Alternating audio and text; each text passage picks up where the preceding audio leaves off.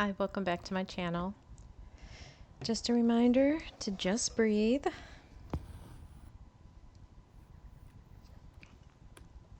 least I try to remind myself that. I wanted to talk today about money again because it's kind of important these days. And one of the things that happened when I was getting myself together and getting out of debt was I started being really careful about what I spent my money on. I'm not sure if I talked about it before, but I used to have like a real serious Pepsi addiction and spent so much money on cans of Pepsi. And after my separation and divorce, I didn't have Pepsi money anymore. Uh, it got really bad. I started drinking less and less of it because of the price and how much I was making. And eventually I got down to one of those tiny cans a day, the 8-ounce ones. And it was finally then that I don't need this. I really don't. I don't need this.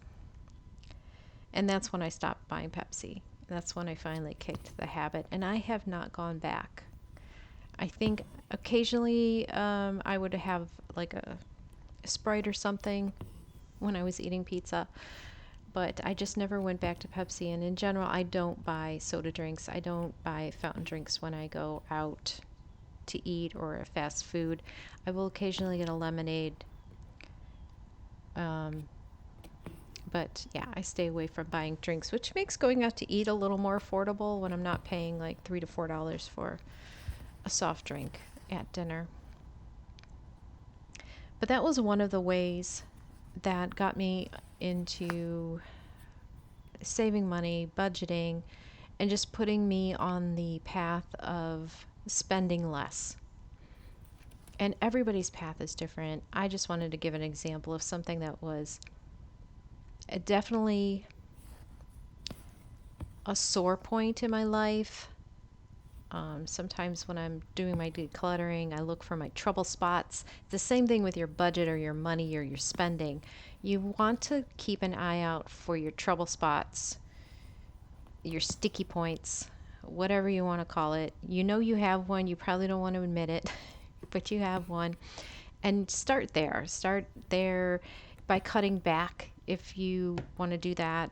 Go cold turkey, whatever works for you, but you got to start somewhere. Another thing that helps is looking for alternatives to convenience items, because I have to believe the way I grew up, which is really funny, is like my mom grew up really, really poor. But when she had her children, like she bought every convenience food item ever. And she did cook from scratch and all that, but like there was just tons of snack foods in our cupboards. So I grew up on snack foods. My dad had a garden in the backyard, but I rarely ate vegetables out of the garden. I always wanted all the snack foods, which I think we have learned by now has it at the time had high fructose corn syrup and other kind of like sugar addictive things in them. So yeah. And it took me until I was a 40 something year old adult to cut that addiction to convenience items. And it took time. I mean, it probably wasn't until like a couple of years ago that I finally like really cut the cord on those types of items. Now, if I'm sick or if I know like I recently had a vaccine, so I know like I don't tolerate them very well, so I will pick up convenience items so that I also don't do Uber Eats or DoorDash or have somebody run out and get me fast food. So there are levels of what you can cut back on. So you want to try to notice which convenience items you're using. Is it prepared foods? Is it cookies and snacks? Is it paper towels and plastic wrap? Because those are convenience items. You can use rags or reusable towels as paper towels. You don't need to buy so many. Sorry about that. You don't need to buy so many um, paper towels. You're just throwing them away. I gave up plastic wrap again back in the Pepsi days when I was trying to, like, I only had so much money for groceries and something had to go. And it ended up being things like Pepsi and plastic wrap. I didn't give up paper towels yet. I was still kind of addicted to them back then, but I digress. One of the other things you can try is when you run out of an item, see if you can live without it. That's with your makeup, your food items, snack items, or your extra items like plastic wrap and things like that. How long can you go before you're like, oh no, I really need it for this? Just see if you can do it. Don't use shopping as entertainment. And I will confess that I used shopping as entertainment many years ago. Not until I was much older, because I didn't have access to, like, I didn't go to the malls in the 80s like everybody else did. I didn't do that. But when I was older and I was entertaining my children, we'd walk around the mall. Or definitely when my kids were teenagers, Friday night was Target.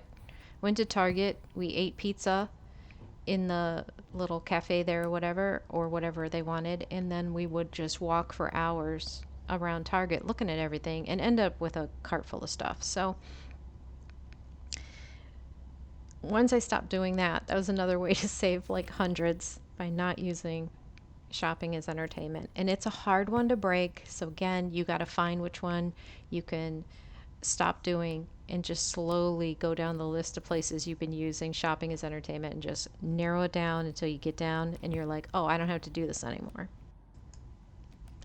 I'll try to quickly go through a list of things that I don't buy anymore, and maybe something on there will inspire you to see if you can give that up. Start with one thing, two things, wherever you feel like you're ready. Like maybe you're like, I'm ready to get rid of everything. Go for it. But I know that it took me a long time, and this is just now compiling this list that I realized that I don't buy this stuff anymore. So do what you can. Aluminum foil. I used to be an aluminum foil baby because when I gave up plastic wrap, I still used aluminum foil until I eventually stopped using that. Plastic food wrap or plastic food storage bags.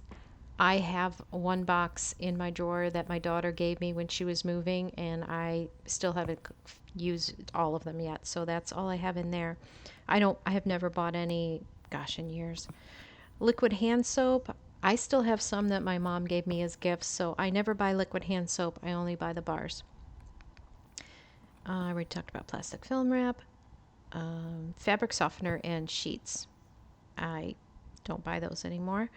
Pre-treatment sprays and sticks. I probably should, but again, I don't have a family. I don't have stained clothes that much, so I just use a little bit of detergent and water and pre-treat it like that. I don't buy special products. Dishwasher pods. I don't think they're good for the environment, and I think they're more expensive, so I try to buy the liquids. Soda, we talked about that. Cereal, I use other items for breakfast. Cereal is so expensive. Air fresheners, all of them. The sprays, the sticks, the plug-ins, nothing. Carpet deodorizers, baking soda works fine. I don't have any carpets in my house anymore. I just have some rugs, throw rugs. Scent boosters and bleach, again, nope. The fancy toilet cleaners where they're like disposable and things that you put in the toilet tank, no, don't buy any of that. Just clean your toilet normally. Cotton balls, Q-tips, nail polish. Vacuum bags, because I bought a vacuum that I don't require vacuum bags anymore, but I remember going through so many of those. So that's some of the things that I don't buy anymore. What do you think you can stop buying?